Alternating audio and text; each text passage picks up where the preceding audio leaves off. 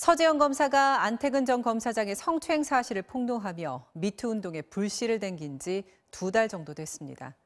그 2달 동안 한국 사회에서 수많은 성폭력 폭로가 쏟아져 나왔고 연출가 이웅택 씨는 구속되는 등 가해자들에 대한 철저한 조사가 이뤄지고 있습니다. 그런데 미투 운동의 시발점이었던 안태근 전 검사장에 대한 수사는 얼만큼 진전됐을까요?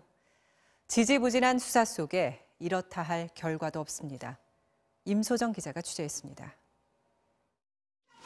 검찰은 안태근 전 검사장의 성추행 의혹이 불거진 지 이틀 만에 자체 진상조사단을 출범시켰습니다.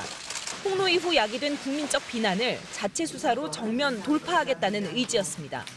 하지만 당사자인 안 전 검사장에 대한 소환 조사는 폭로 한 달이 지나서야 이뤄졌습니다. 그 사이 성추행을 폭로한 서지현 검사는 인사 불만으로 인한 폭로, 업무 부적응자 등 근거 없는 심각한 2차 피해에 시달려야 했습니다. 그 뒤로 또 한 달이 흘렀습니다. 진상조사단은 여전히 안태근 전 검사장 처리 방향에 대해 말을 아끼고 있습니다. 안 전 검사장의 혐의는 모두 3가지.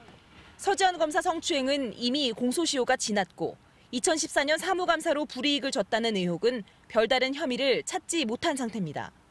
남은 건 안 전 검사장이 2015년 법무부 검찰국장으로 재직하며 서 검사에 대한 부당한 인사 발령을 했다는 혐의뿐입니다.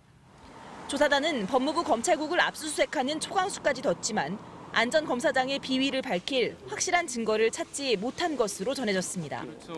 여기에 성추행 사건 발생 당시 법무부 검찰국장으로 사건을 덮었다는 의혹을 받고 있는 최교일 자유한국당 의원에 대한 조사도 차일피일 미뤄지고 있습니다.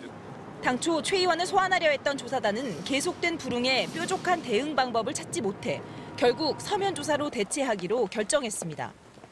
이 때문에 법조계 일각에선 조사단의 검찰 고위직 출신 인사들에 대한 수사 의지가 애시당초 없었던 게 아니냐는 의심도 일고 있습니다.